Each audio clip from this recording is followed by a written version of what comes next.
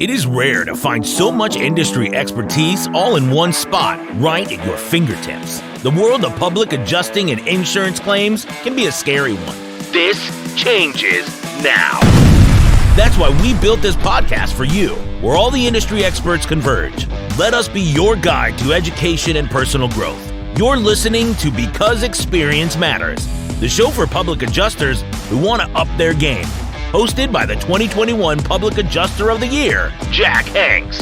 How much money are you leaving on the table by not knowing all the approaches you can take to maximize the payouts to the insured and profits for your business?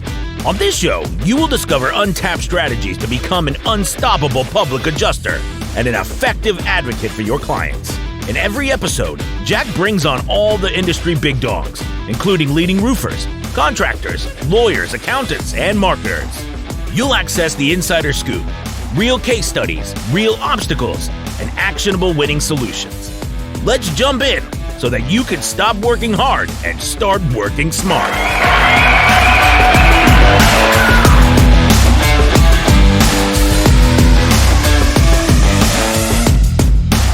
All right, guys, how's Experience Matter? Season 2, session number 2.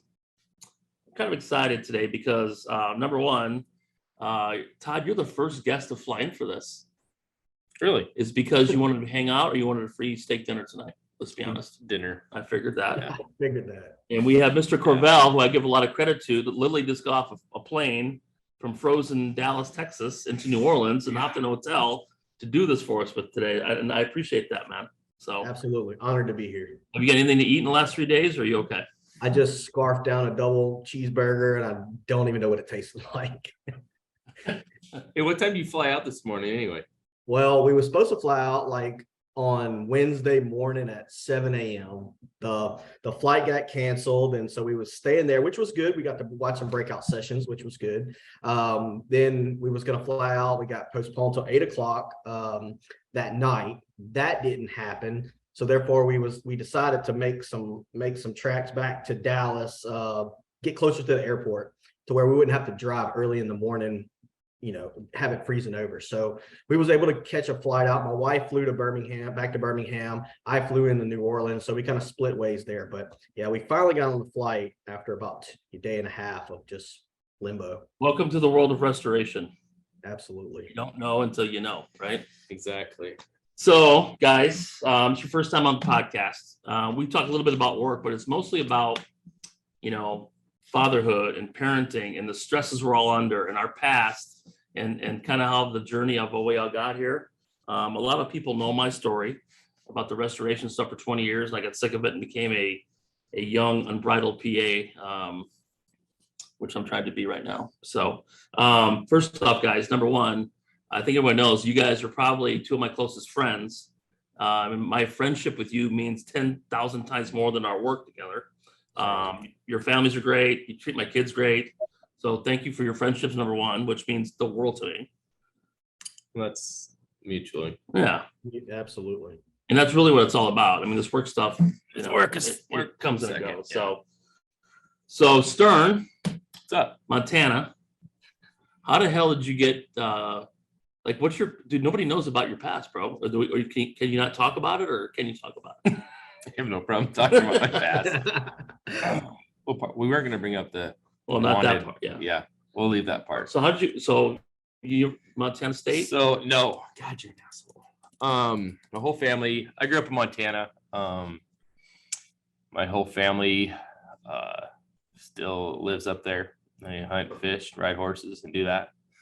I guess I was a black sheep a little bit. I like to get out and travel, and I like food other than steak. Literally, my family eats steak. I'm sure 5 days a week. Anyway, I went down to Austin in 2007 and didn't really, just kind of a relationship, and how those things can end. no, I don't. So that had kind of a opportunity to just go down there and hang out, and ended up really enjoying it. From there, I met my now wife at a nonprofit. I was volunteering, doing I was the lead on we were rebuilding a single ladies garage on the east side of Austin in the, I guess, poor side of town, Right. if you will. And she had a group from her church that was there. And I was in the middle of demolishing this thing when she showed up. And No way. yeah, that's how we met. We have a really cool story. Isn't it crazy? Like if that never would happen, that never would happen. Yeah. Right. You know what I mean? But it kind of, we were just volunteering our time, doing what we love. And so really fun. We were friends for several months. Obviously there's a connection there. And then that was in early 2009. And so by the end of 2009, things got a little more serious there. So we dated, and then we're married in 2010. So, Wow. Yeah. So 13 years. 13. Very good. Yeah. Very good. Courville, how about you, man? I know Ashley very well. She's Absolutely. She's a lot of the reason why I am today. We've been through quite a bit. A lot of people don't know about my past, and I try not to bring it up just because I learned some hard lessons and made me a better person, just like everybody. Everybody that gets on stage always has a past that they overcome. I'm a true testimony to that. I was in the custom cabinet business for a long time. And then 2016, I don't know if you guys remember, they had a really bad flood in Baton Rouge and Denham Springs in 2016. Oh God, that's right. Yeah. So we lost, we had about 4 foot of water in our cabinet shop. Pretty much my whole dream equipment. We had a ton of inventory. Luckily I had a really good business partner that was really good at the finances, and he handled all that part, and we was able to bounce back. But after seeing kind of what we went through and how many family members and personal houses and stuff that happened during that flood, I didn't know anything about mitigation. I've always been in the new construction and the cabinet business, and seeing the 4 foot flood cuts that was happening and having to rebuild base cabinets for tons of businesses and houses, seeing how those people reacted to a loss, it really triggered something in me. Not also that, but also I was burnt out. I wanted something different, and I saw that it wasn't getting taken care of properly. They was just treating everything with Clorox, and I just knew that had to not be right. So I ventured into the mitigation world. I approached my partner and told him I wanted to buy out. I was just burnt out. I wanted to go to something different. Took that and got into the construction field, not knowing really too much about that. Just go get a couple certificates and all that. Then Hurricane Harvey hit, and man, I got my butt handed to me. I was an arrogant, young, think I knew it all guy, and I went and honestly, this is the God honest truth, never even heard of Xactimate whenever you go into something like that. And it's not something that I was proud of looking back on it now, but man, I did. If I would have known then what I know now, I would have been really, really good. But you live and learn. I learned from those mistakes. Ashley was by my side. We wasn't married then, but she's always been by my side about that. And we took that and turned that into a positive. And built that reputation and built that knowledge. I went back to school, started learning Xactimate. I just took that negative impact and that stressful time in my life to turn that. Because were you guys handling claims with no flood coverage? Is that what was going on? Well, I was doing almost like a turnkey contractor. We was doing some flood cuts and doing the rebuild, yeah, exactly. And you go into there and the policyholder has a check for X amount of dollars, and you're like, man, I could probably do it for that. It can't be just won the lottery, right? Exactly. Yeah, you can't be that hard. And then the next thing you know, when it's not enough, then you have to try to explain to them, well, that's not enough. And then I didn't know about supplements at the time. I didn't know about any of that. And so that's why I'm very passionate today about making sure that the policyholders are taken care of and educated from the start. It's because I was one of those guys that didn't educate them and didn't educate myself. So when I see a bunch of guys that are doing it wrong, it's not that I want to be this ego-driven leader, it's because I don't want them to have to go through the stress that I went through. I want to teach them, hoping that they listen. So it's crazy. We have a I mean, I was a vendor for State Farm in North Scottsdale, and they were running my business, man, and it was horrible. And it affected my marriage and my kids and my finances, and it's on me, not on them, because I signed their deal, right? So that's what happens. But so I didn't know that. I never knew about heartbeat. Nobody really knows that except the people back in the past. But I try to just keep that very private, because was one of my darkest times. But I did overcome that, and I'm a changed person, and I learned a lot. And most people don't bounce back from that. They always stay in that realm and don't want to listen. I was a sponge. I wanted to surround myself with amazing people.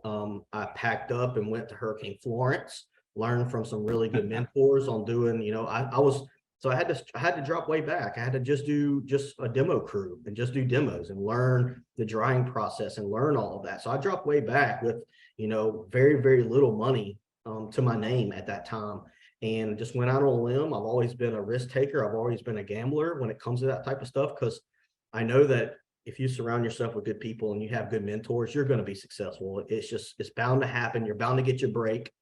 And luckily I was very fortunate.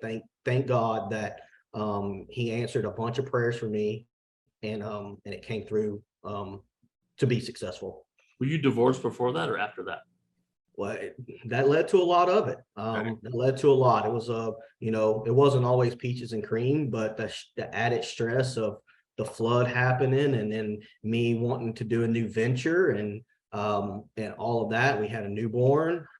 So that was quite a long time ago, but again, that's part of learning from the past. I admitted my mistakes even in my marriage, in my previous marriage, and we're really good friends now, and we raised a son co-parenting, and our son is very, very good. And I'm very fortunate for my past happening, because I don't know where I would be if I wasn't going through Chris, there's that saying, if you don't have a test, you wouldn't have a testimony. Absolutely. And I had a business when my wife and I first got married, very similar.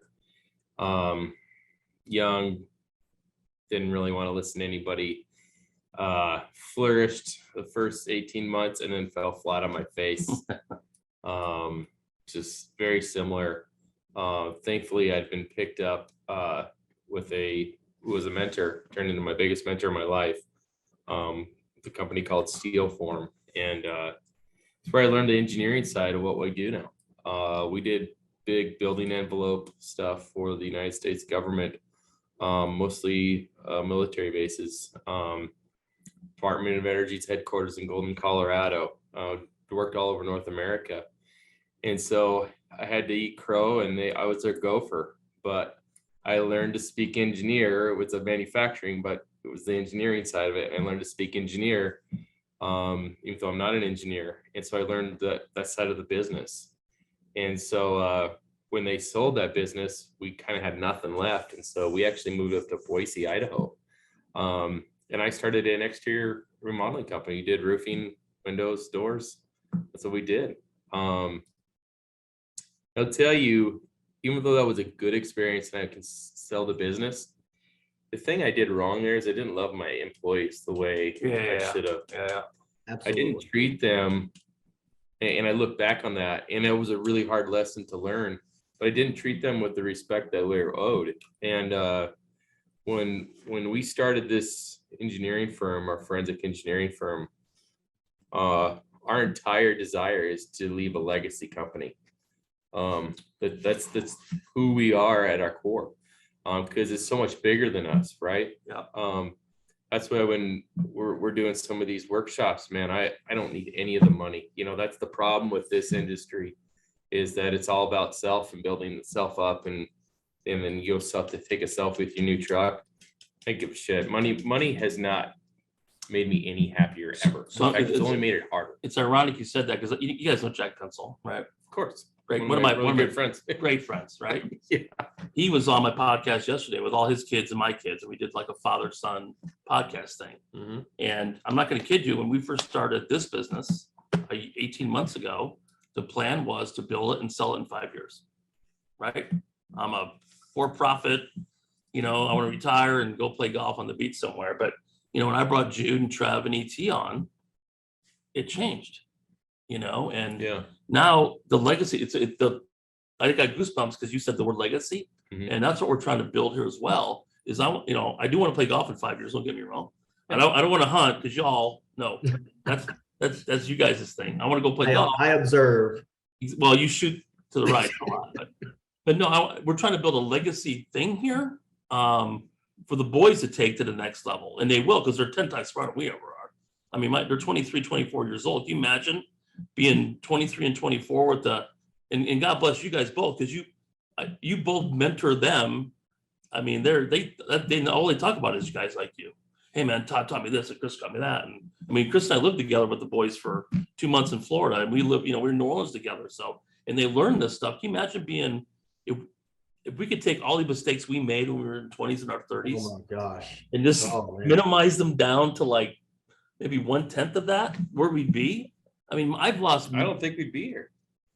Oh, I would not be here right now, but the thing about it is those mistakes have shaped who we are today. See, and we not learned from those true. Things and not applied. That's the problem. So many people don't apply what they learn. Exactly. And they keep doing the same thing. It's the definition of insanity. Right? Well, they think they can go from repeat the same thing over and over and over again and expect a different result. Yeah. The difference is when we're vulnerable. I mean, I've called both of you. I mean, like, I don't know. How many people in this industry don't say I don't know? Oh, 100%. Right? Yeah. All the time. I mean, well, a few of us do. Chris and I are about to get one of the biggest jobs. Will be the biggest job he's ever done. One of the largest we've ever done too. It's an entire resort. I got the call this morning, Chris. Super excited to share it with you. So, massive project, right? Well, very first thing that guy asked for, from us was, who are you guys? What's your story? And I said, finally, I'm like, dude, what are you doing? He goes, I just want to know that you guys have failed. I want to know where you've worked, like where you've been and how you got here. It's the coolest thing I've ever, like, really cool clients. Just congrats to us. Thank you for putting that Thank you together though, Chris. But that's it goes back to that's the phone call I took at lunch, literally. So, what I was thinking about too. So 40 minutes ago. You guys are a little bit younger than I am, not been in this thing as long as I have, but I started doing this in 92, and nothing surprises me anymore, unfortunately. Right? Unfortunately. Are you guys come from a different world? Are you surprised at the lack of I'm using lack of professionalism, lack of training, lack of knowledge, or throwing crap against the wall is okay? I'll be honest with you, I'm not surprised by it. I think the culture of today almost embraces that and accepts that. And the mindset, I mean, I think I would like to try to, label myself as probably like a 2%er. I'm a little bit, I'm more humble. I know where I've been and I know where I want to go, but there's a lot of individuals, especially in this industry, because I don't know a lot of other industries that think that's embraced now to be like that, and they think that that's needed to be done in order to get attention and get jobs, when that's not the case. I've always been taught and I've always learned that you always size up and you act better than the person that you're going against. If you ever read the book The Art of War, great book. And that is how a business should be ran. You always look at your competition, I would say, because it does relate to this, but almost like the insurance carriers. If you see that the insurance carriers are acting one way, you need to be better than that. But in the way that they're acting right now is in a professional way. They might create a lot of misconceptions and all of that. They might not pay their bills properly. They might use a different type of system to price out drywall. But overall, if someone acts out of line, that works for them and makes their brand or their image suffer, they're going to be eliminated. And that's consequences of being in a professional corporate world. And if our industry doesn't start that, or doesn't start taking that mindset, we're always going to be the laughing stock of the industry and not be taken serious. Well, I've been, you guys. Well, there's just two parts to that. There's the accountability in our industry. If the lack of accountability. So, for example, if contractors would start actually getting penalized for not collecting deductibles. It's a joke. You know, Texas passed that law a few years ago. How many contractors have been convicted? None. Zero.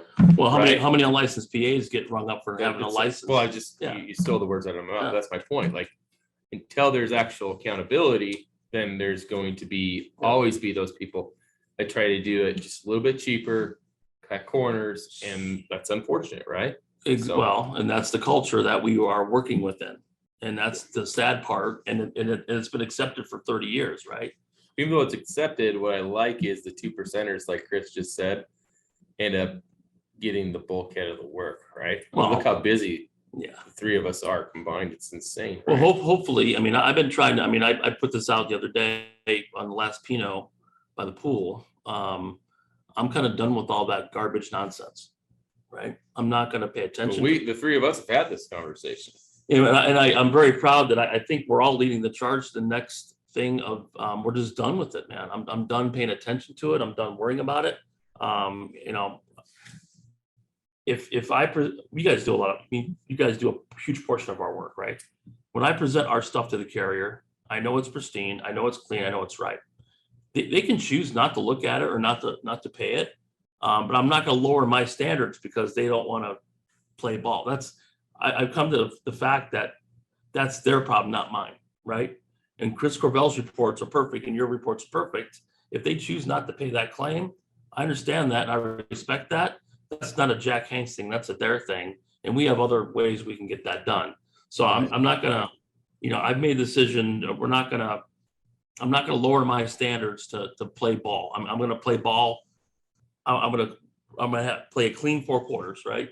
I'm not going to hold and cheat and spit and jump. I'm going to play within the rules and be better and be stronger and do the right thing every time, even though it's hard, right? Because you do want to tell that adjuster that they're wrong, and you want to be, but it doesn't do any good anymore. So it ain't like it was 30 years ago. That stuff could work. You're not going to fool them anymore, ever, because they're going to spend $5 million on a claim, and we'll spend $1 million, right? So it's just, you got to be smarter, and you got to be a speedboat and quick and maneuver, and just be better. And all this stuff that, I mean, Facebook heroes are a dime a dozen anymore, man. One of the things that you just said is so important in our industry is that you both, I think you guys do this better than I do. You guys focus on the little things instead of the outcome. You see what I'm saying? Yes. So if you're just focused on the outcome and you start skipping steps to get you there because all your energy is poured into the finish, rather than the things, it's like a free throw, right? If you don't practice those every day and just do the same, bend your knees, bend your elbow, right? Right. If you're not doing those little things, then what happens is you start to get sloppy, and you start to make mistakes, and then we fall into the same traps everybody else falls into. Yeah, that's true. I never thought about that actually, but you know, when I get a claim, it's weird. I have this weird, like the minute I sign a claim, I've already constructed in my head from start. There's 83 steps. I already had that in my head. Does that make sense? I already know every little step I'm going to do, how we're going to approach it. It's a chess game, right? I don't think a lot of PAs and roofers and contractors and engineers and water guys, they don't understand it is a little bit of a chess game. I want you second. Every time. I want you second. I want you first, Chris. I want you second. I want to see their engineer report because their little 4-page thing is not going to be 89 pages. Chris's field though right now is in a really interesting place. Very. I love the idea. I mean, I've got he knows this just because of our conversations, but one of the really good advantages of having Chris, just like I I use meteorologists and other experts, is that when we start to do our condition assessments on these properties, when I can surround myself with experts like Chris, and he can start to do the maps, start to do a lot of the testing that then confirms our findings, we can speak in absolutes, right? So for example, and you guys have seen this, Jack, we've done this plenty of times at the different workshops we've done. When you see a engineer speaking about the size of hail, and they're using a report that has a disclaimer on it that says this isn't used for site-specific data, right? Right. We bring in a meteorologist. We can say with all certainty 2-inch hail causes this damage to this type of roofing system. And you're not the meteorologist. And we're not the meteorologist. Right. And so what's really cool is when I start thinking all this hurricane work we've got coming in and the projects, when we have Chris come through and do a Matterport of the entire building, shows all the different moisture levels and what have you, we can actually get into the root of these building envelopes, right? The multiple layers, the code requirements, the all the other things that are encapsulated within a report. We go, well, it was right here. Here's all the tests to prove it. So I made this point. I think it was a Chicago training or one of the trainings, and background, nobody knows. Chris, Todd, and I probably have trained 300 to 400 PAs around the country the last 2 or 3 years, right? And there are competitors, which is fine, and they get a gasp because I'm like, my job is to get coverage on the claim and to prove it. I'm not a water guy nor an engineer. I want you guys talking about that stuff. I want Courville, we had a conference call the other day on a claim. I let him talk to the adjuster. I want him talking to the adjuster. I want your firm talking to the adjuster because that's what those stamps are for. I don't have an engineer stamp nor 143 certifications like Courville does.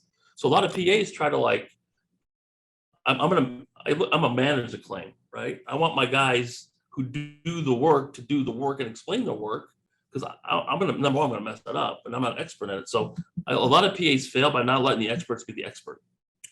You know. Well, Chris brought up the book, The Art of War, and I wish if all businesses in our industry as a whole went to work every day with that mindset. If we don't go into these claims and into work every day as if we're going to war, and we've lost, right? It's a mindset thing, right? I agree. It's not winning. You can win the battle but lose the war, and that's the piece that I think most guys in our industry have, is they want to win the battle, not the war. And they want to go spend their money, take a selfie with their truck, and then come find out they're out of business in 6 months. Well, on Monday morning, it's but what happened? Yeah. Well, they won the battle, not the war. They didn't take care of, the responsibilities. Well, it's a long play, right? Yeah. Nobody ever talks about taxes in our industry.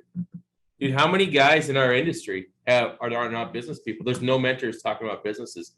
There's no mentors. There's no, if you go to all these shows, there's nobody talking about sales. It's all sales. So here you get these guys and they have a banner year and they get hit with an $80,000 tax bill and they go, what's this? What's the easiest part of our business? Bringing claims in, right?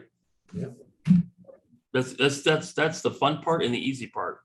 Dude, nobody talks about the accounting and the QuickBooks and the meat, dude. The meat and potatoes. Oh my God. And that's the hard part, times 1,000. My first hire was a controller. Oh yeah. It wasn't another engineer. Patrick and I, so Patrick's the senior principal engineer of our company.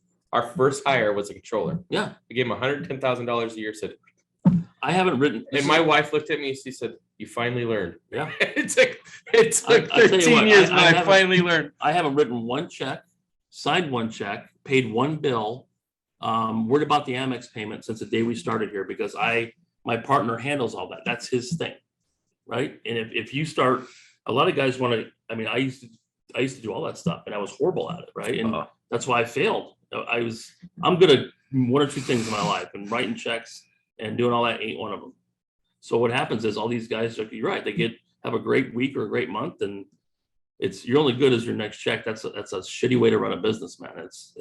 We've all been guilty. I've been guilty of it. That's why my first business completely failed. My second damn near did, until I pulled my head out of my ass. And if everybody's watching, I'm super excited about the new classes that we're coming up with. The curriculum is going to be good. The business, I'm working on some new stuff right now to start teaching some PAs. And I think the biggest thing in the P, if we're talking specifically about PAs right now, coming from a expert side and a vendor side of the industry, helping you guys, is that a lot of PAs, I think, get themselves in trouble because what they don't realize is what it takes to build a file. They don't know what is needed from a MIT company. They probably don't even know what's needed from a contractor. But when they get their Xactimate done and when they get their proof of loss filled out, they automatically send that over there. And if you're working 100 files in a hurricane, by the time that you get a response back from the adjuster, you're probably gonna forgot about that claim. Or when you get a water mitigation report, that's one report that's needed. You probably need another 12 reports to make that file complete. So instead of, obviously send your proof of loss and stuff like that. But when you get a complete file with dry logs and photos and your clearance testing and all that type of stuff, send it all at one time. That way that file is complete. It's complete. All you're having to do right now is work for the funds to get released and get into your policyholders' hands. I see it every day that they'll call me up, Chris, I need you to go scope this loss. I need you to go look at it. I turn my stuff in and they don't have nothing from the mitigation company. They don't have anything from there, but they're going to turn in my report and expect it just to win because, I have some signatures behind my name. That is not the right approach to do it because Not anymore. If you forget or don't double check for one document, here it is. So if you forget if your mitigation company forgets dry logs, you send a file in incomplete, that adjuster is going to catch it. It might take him 2 weeks to look through it and find out that he needs dry logs. He sends you an email back. Okay, I need dry logs. You send that over to your mitigation company. They've probably already done 100 jobs since that last job. They got to go back in there, find the dry logs, let's just say 4 or 5 days it takes them to reply back, sending it to you. Then you got to send it back to the adjuster. You've lost almost a month worth of working that claim successful for 1 or 2 pieces of documentation. And that's what I'm trying to preach. So what happens is let's be honest, most public adjusters are case runners for attorneys anymore, right? They sign the claim and they write an estimate, whatever it is, and they throw it in there, may or not have a proof of loss with it. And they get a denial letter or a partial denial. What do? Boom, they flip it. They wait for 2 years to get their check. Well, I don't run a business that way. We don't teach our business that way, right? Our job as a public adjuster with our vendors is to do what? Prove the loss. Right. And that's where The attorney's job is to file suit. When there's a contractual breach of an agreement, the attorney should file a lawsuit. Yeah, but Jack, so let's just say some PAs are doing that, which we all know that there is a lot of them. At Pino by the pool tonight, I won't name names. But I won't. But This is gonna be a what? Pino by the pool tonight. Man, your views just went out the roof. Oh, that's funny. No, what I'm saying is that let's just say that there is PAs that are doing that. So be it. If that's their business model, then so be it. But still, that's the concept of it, is that they're turning in an incomplete file to the attorney that is trying to fight it. So one way or another, that attorney is still going to need documentation to make the policyholder whole. So how does that look to the attorney when a public adjuster doesn't even give them all the information to do that? You know who loses? The policyholder. The insurer. The owner, property owner. So when they hire us, and I say us as a group, they're basically turning their lives over to us, man. What's your biggest asset? Your home or your business or both? And when that's damaged, you're entrusting us with literally millions of dollars of their hard-earned money, and we have a freaking duty to perform, and it's not done correctly a lot. And I'm fed up. Well, that it goes back to the mentality of everybody wants to be the silver bullet. And Steve Patrick said this to me a long time ago. He goes, Stern, there isn't a silver bullet. He's like, your reports can be the greatest ever, but if the PAs handling them don't know how to shoot that bullet, it's as good as it's good for nothing. It's a piece of paper. Yeah. Exactly, it's a piece of paper. And I appreciate that. Steve's been in this for a while, and it helped a lot to just again, those little nuggets you can get out of those conversations. But it really became clear to me on these larger claims that, man, most PAs and most contractors actually don't understand what they're scoping.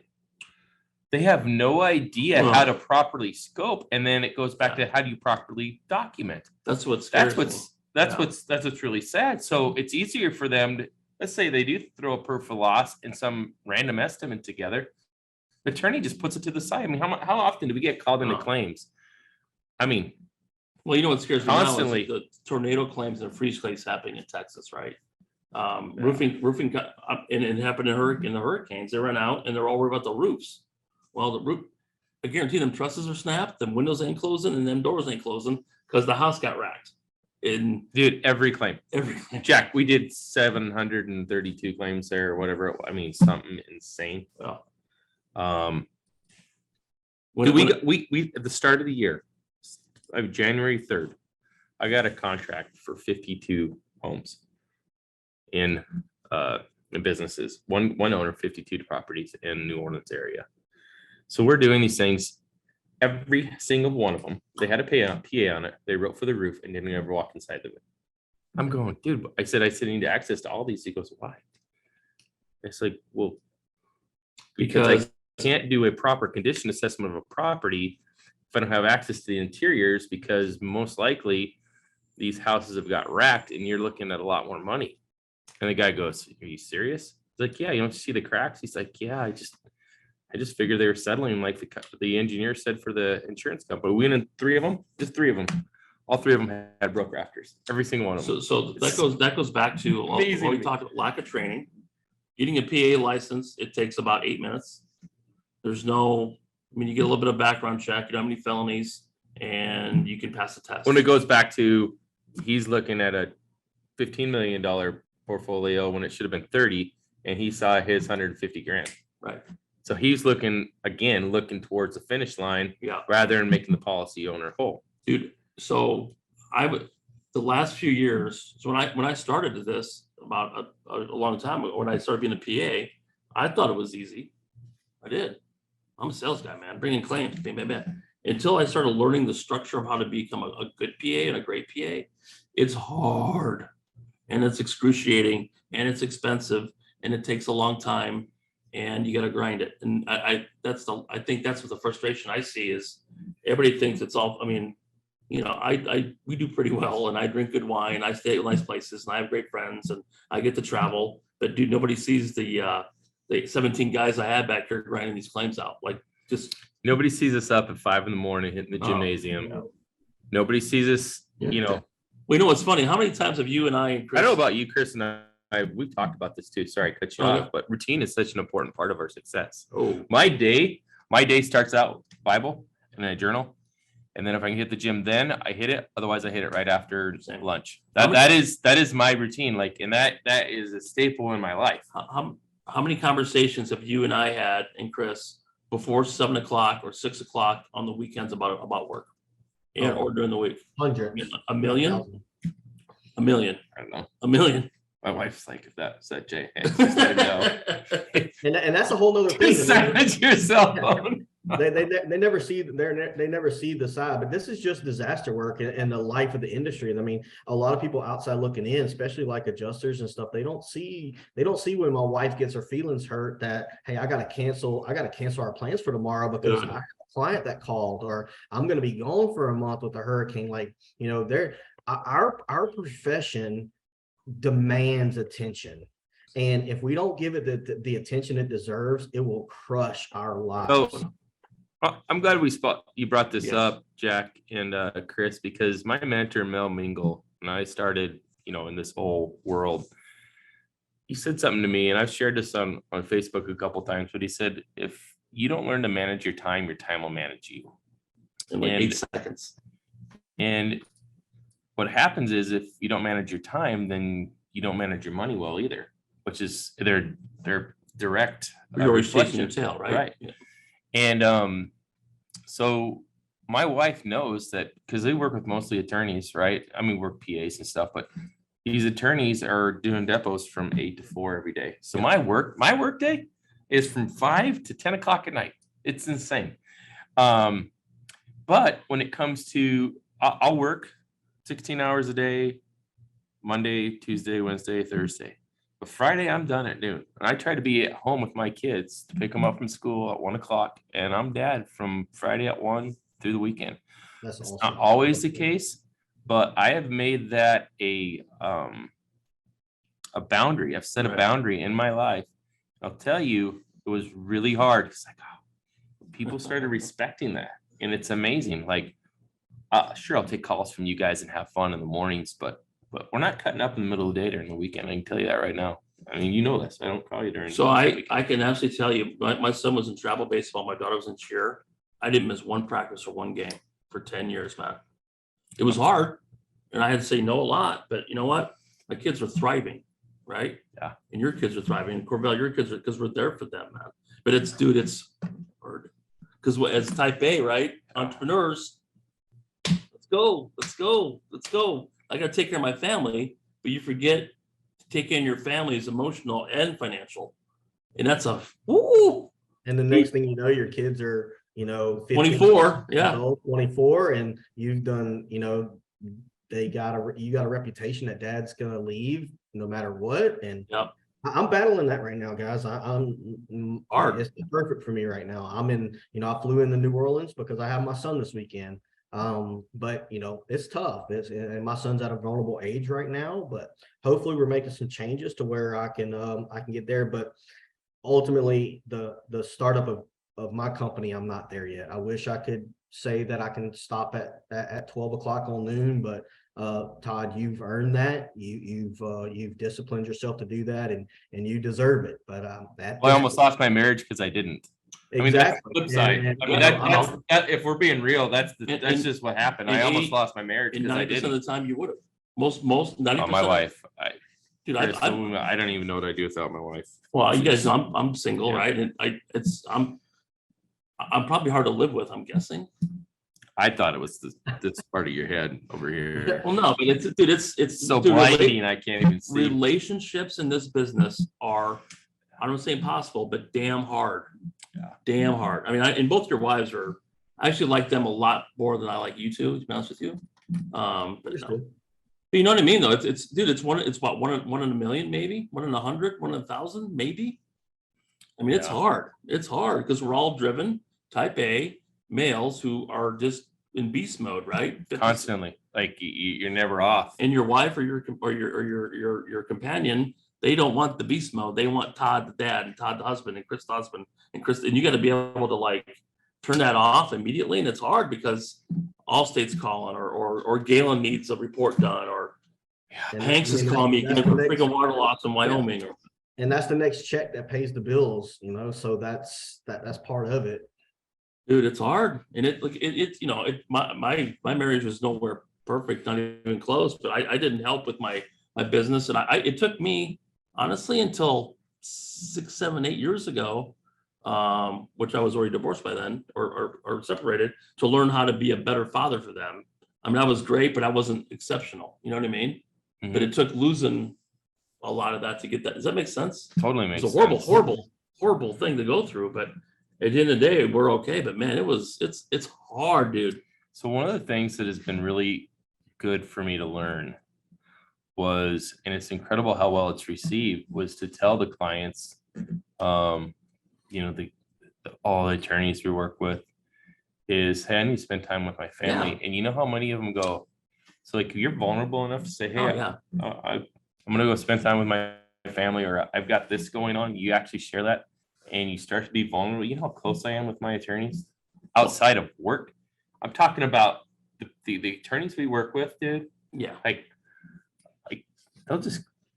we're just friends because I've been vulnerable and say, hey man, I have a 12-year-old. I'll give you an example.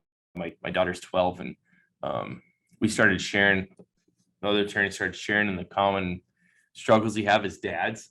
And I brought up some things that we were doing because he saw I was doing this pillow talk with my 12-year-old. And he's like, can I just talk to you about that? I just posted to Facebook. You seen that little pillow talk thing we do? Mm-hmm. And so it was remarkable because that vulnerability opened the door for him to be like, hey, can we chat about this? And turns out we're all dealing with the same shit, right? 100%. It's just crazy. So but we're not talking about it. Right. And that's the piece for me. I'm like, That's got to change, because if you really want to change, they start to change the industry and starts to change men in our industry. Yeah. We start talking about the things that are going outside of our home that really do impact you work-wise. That changes. Well, dude, it's, my partner Doug, he was on me last year because you guys, nobody is in more work mode than I am 90% of the time. It's like I'm on a roof, I'm doing this, I'm doing that, I'm flying around. He goes, man, people need to see who the hell you are. And I'm like, what? I'm like, this is who I am. He goes, no, it's not, bro. I'm like, what? Yeah. And then come to find, well, you guys know me really well, but I see people at trade shows and they're like, man, you're a lot nicer in person, and stuff like that. Cause I need this, and I think I'm doing a little bit better at that, letting my personality and who I am as a person out more. I love my kids. I love my family. I love my friends. And, I was in work mode so hard for so long. Like I never let that be a part of it. And this is cool, right? Yeah. You know what I mean? And that's why I love Pinot by the Pool so much. It's not just because it's yours. That is a great thing. But I just think that it's great. Even this past weekend at the conference, I must have had probably 2 or 3 people that recognized me just from doing that, and obviously being tagged in your stuff. And they're like, I got to meet that Jack Hanks guy. I have to meet that Jack Hanks guy. I was like, I'm a big deal, Chris. Let's not beat around the bush. Oh my God. Well, and honestly, too, Chris, that Pinot thing, that's kind of why it started, because, man, we're all just running our asses off, bro. Running and running, all of us. And I just wanted to get just, I like hanging in my backyard drinking a glass of wine. And it started becoming a thing. And I tell you, I've been marketing for a long time, and I've got more positive feedback from that little hour and a half every 2 weeks by being human and bringing my friends on and talking about this and talking about the stress. Jason Perry going through hard stuff and him talking about that, and just Adam and I have become pretty close. Yep. Adam Scott. Yeah, that's because of that. And it's I didn't know the guy. Yeah. And it's been an amazing function for us. Just to get to know people. I hung out with Chip, that's always on the podcast. On the Pinot by the Pool. I hung out with him all weekend. What an amazing man. Right. Chip is a really good guy, and I never even had a chance to talk to him. We've seen each other on Pinot by the Pool, but there are some really good people that have the same outlook and the same mentality as us. It's just, getting in front of them and talking to them on a personal level. Yeah. There's a lot of people that are riding under the radar right now that do amazing work, that has so much knowledge in their brain for this industry that can help so many people. They just kind of lay low and wait till they find their people they feel comfortable with. And I think we're building that. I think we're very close to building that core group of really, really good, like-minded people. There's something on the horizon coming we really can't talk about yet, but it's building, and we're it's kind of neat. And you guys are heavily involved in it, and it's going to be different.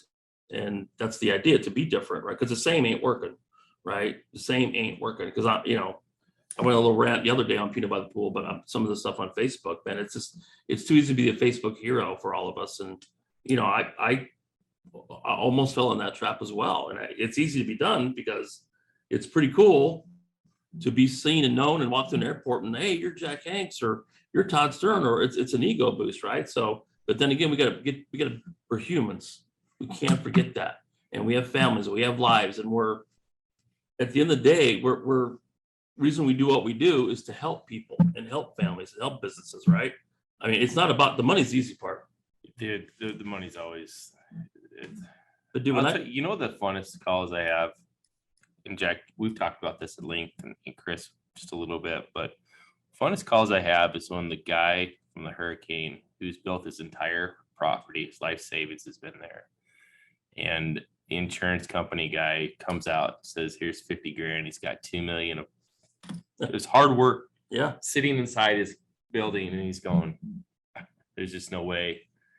My most satisfying are when you get that guy that is living the American dream, and you put your scope with our report, Chris's report together, and goes in and it makes him whole. Mm-hmm.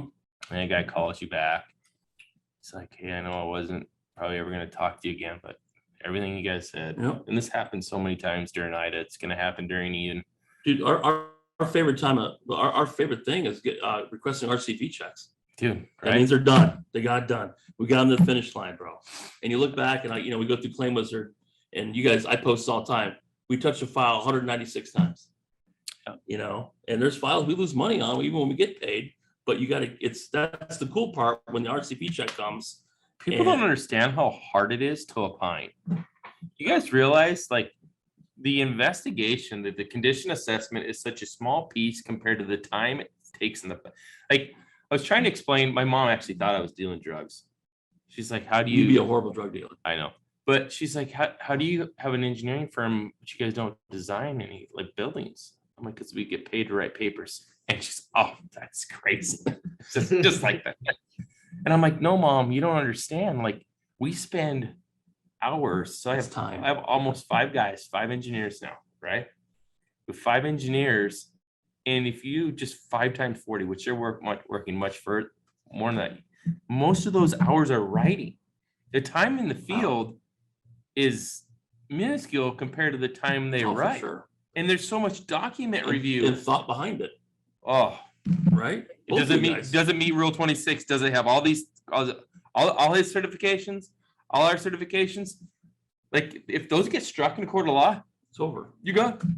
Yeah, you're done. Well, like, that's it, right? You guys can't be wrong, right? That's right. What's that? You guys can't be wrong. I mean, to the best of our abilities, right?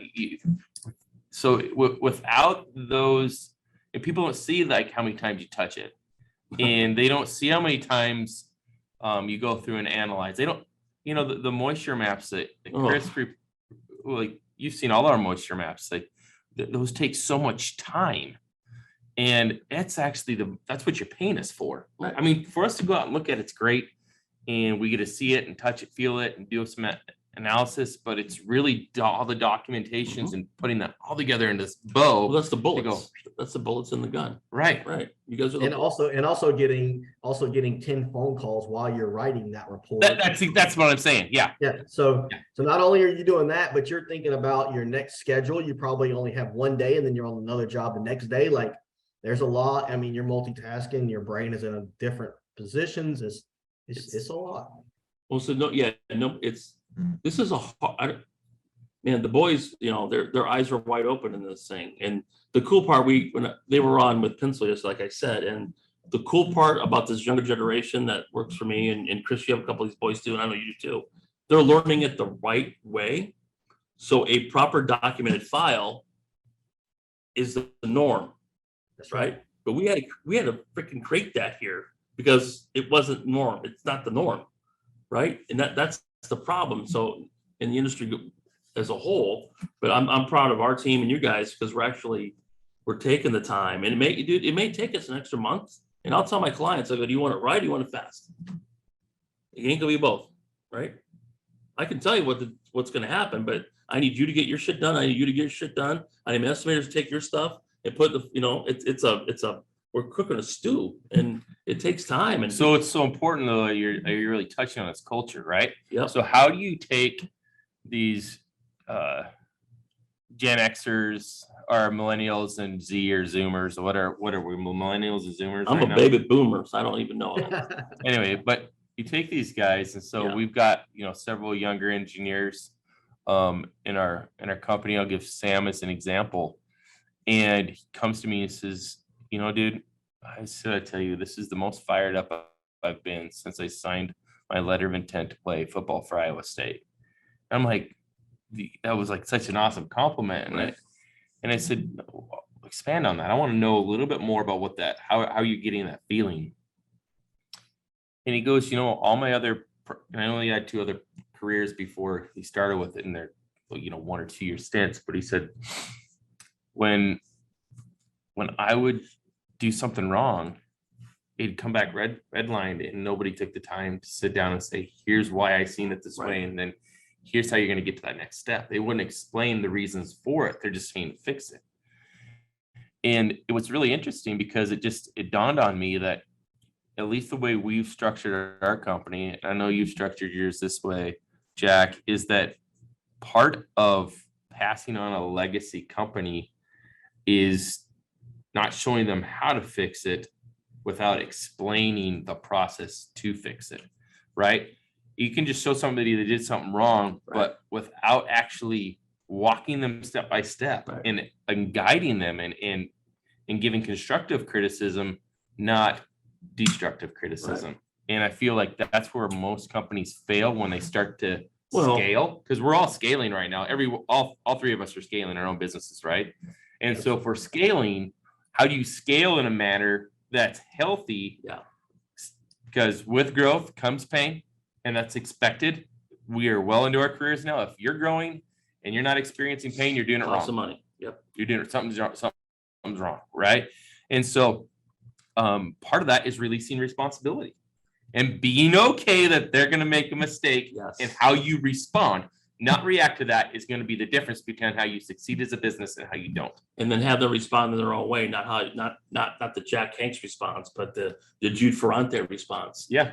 As long as the message is the same, right? Yeah. And that's what I had to learn too, because I can write S, I can do everything with this company myself, right?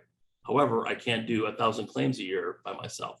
So I've learned how to let stuff go, and thank God, everyone here has the same. It's not about how they say it, but the vision's the same. Does that make sense? Yeah. The way they structure. I mean, Trevor and I talk differently. Jude, I want them to be their own individual with the company vision at the same time. Is it? The mission stays the same. The way you get there may be different. Just like, look, if the three of us were to build a house, right? All three of us build the same house, but we arrive there differently. My pool would be so much nicer than yours, though. And my wine cellar would be amazing. Todd. Cool, Jack. Y'all would have hunting. It would look nice sheds until you tried to put water in it, and it would not even hold water because you're not an engineer. You wouldn't know how to make a water. No, it's hire Patrick. That's fine. It's my dude. He's got no non-compete. But no, it's dude, running a business, being a father, being a good person, all these things are hard, bro. You know, that's why it's so few and far between. You know, dude, success is not it's not easy, is it? I mean, Success is defined how you treat people, not how much money's in your bank account, right? Yep. So success is being humble enough to say, you know, I'm not good at everything. I need your help. Yep. Success is saying I'm not perfect, but I need help. But if I can surround myself with some dudes, collectively, we're going to be a force to be reckoned with. And hell better freeze over, because we're coming straight for you. And that's what we started to create here. And we've already created it. Yeah. It's results are unbelievable. No, it's insane. It's insane. Courville, you got your pin shirt on? I have a Sharpie in today, buddy. Oh, It's a Sharpie. I was doing air samples earlier, so I couldn't give y'all the total package of having a pin as well. So I got y'all just a Sharpie. crazy. So we're going to wrap things up here a little bit. So I always ask one question at the end. Todd Stern, I don't want you to change anything, but if you can go back 25 years and sit yourself down, what advice would you give a young Todd Stern? Not change anything, but advice.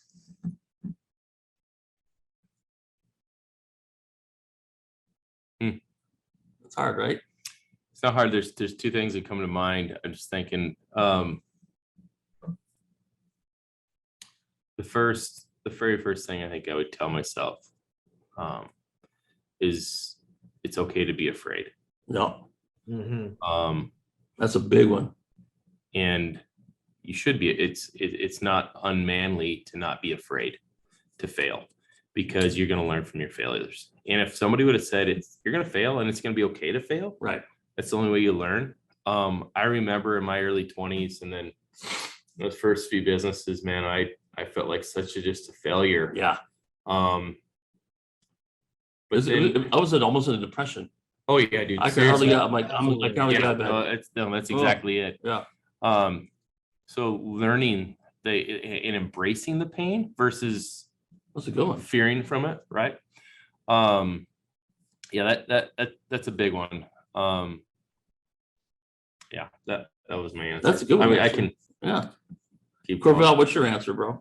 I think Not changing stuff. Not changing stuff. No, I wouldn't. I think if I was to go back obviously the learning from the mistakes, and is a two-part question for me to answer. Would definitely be to ask for help. I've never been the one to ask my parents for help. I always kind of kept it, and sometimes I still do this even with my, with my relationship with my wife. I kind of, if something's bothering me, I still put a smile on my face and don't show something's bothering me. It's just a man in you that you don't want to show any weakness, but Yeah. that is a weakness by not asking your for help. And then the second thing would be just, I wish I would have been more humble back then. I had a lot going for me back then. And I had amazing people around me, and I just really just didn't appreciate it.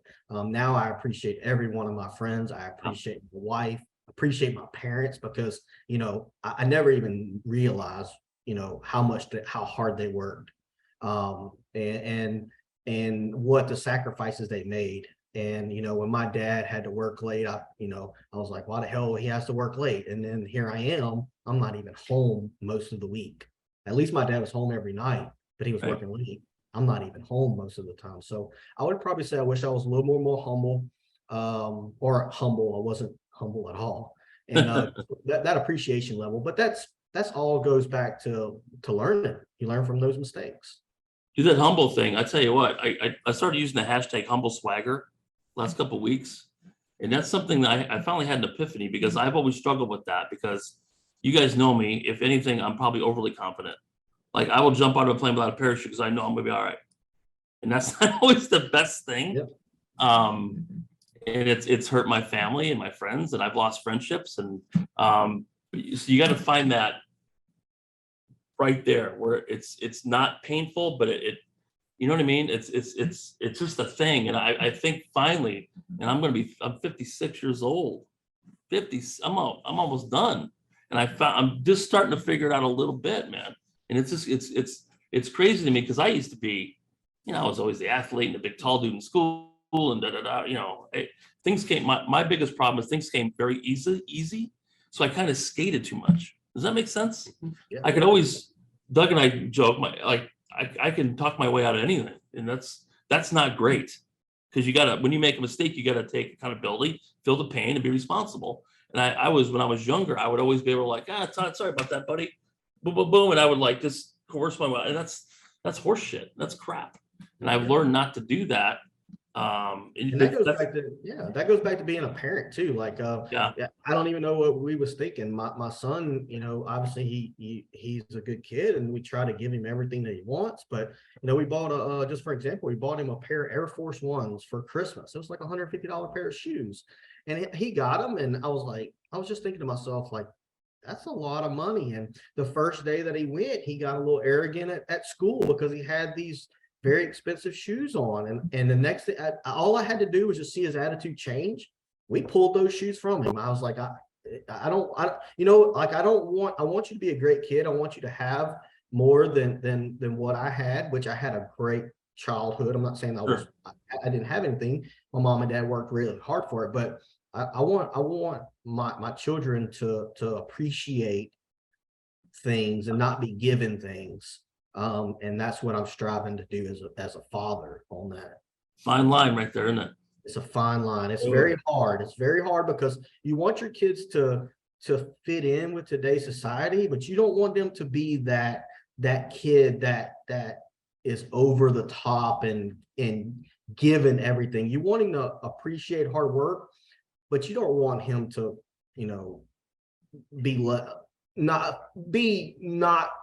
or feeling like he's not being right, with everyone. But it's a fine line. It's a hard line.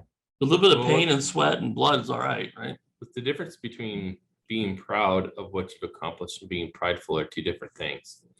And Jack, you're talking about that, and I was telling my daughters, both my daughters are great in their little performances, and my oldest daughter has a great voice. And very similar to you, Chris, she got chosen to be with the high school kids, even though she's only in 6th grade, and do solos. And I just flat pulled her from it. I saw her starting to make phone calls with other girls and suddenly she's strutting around and doing like teenage stuff. And I'm like, no. And so we had to have that hard conversation, because I saw that change, that immediate thing. And I'm like, mm-mm. Well, you know what it is? A lot of people want to be their kids' friends. I'm not. I am now because they're older, but You're their coach right now. Yeah. There's a time to be their children from, they're 0 to 10, 11. Those are the educational years. Yep. But from 10 to 20 or however long they're in your house, you're their coach. Yep. You're the days of paddling. I mean, you paddle your kids after 10. I would like to. But you see what I'm saying? Like, Right. That's not going to accomplish anything, No. right? You're coaching. A lot of parents struggle. My pastor was saying, so many parents struggle with being a coach instead of, like, they want to be, they're seeing their kid as 3 and they're 13. They don't know how to. Or they're trying to be their buddy the whole time and you can't be. Well, that's what happens. I That's tell what my I'm trying to kids, say, like, yeah. I'm your parent, I'm not your buddy. We can have a good time. But at the end of the day, I've been there, done that. So you got to trust me here a little bit. Yeah. It's such a woo! life. Life is good though, boys, huh? It really is. Like everything is so cool. Like, my friends are great. My company's great. My kids are great. Like everything is just so cool. And both you guys have such a huge impact on me and my family and my business. And I can't thank you both enough for that. My kids adore you guys like your family, and it's great. And that's what it's all about. And hopefully, they learn so much from both. They learn more from you guys than they do from me. Let's put it that way. So thank God, right? Yeah, We appreciate it. I mean, we appreciate the friendship just as much as, the feelings mutual and all that. Thanks for tuning in to the Because Experience Matters podcast. That's all for today's show. If you want to learn more or work with Jack in person, visit www.thejackhanks.com. Oh, and don't forget to give us a 5-star rating on iTunes or Spotify to continue to grow the podcast and change the industry.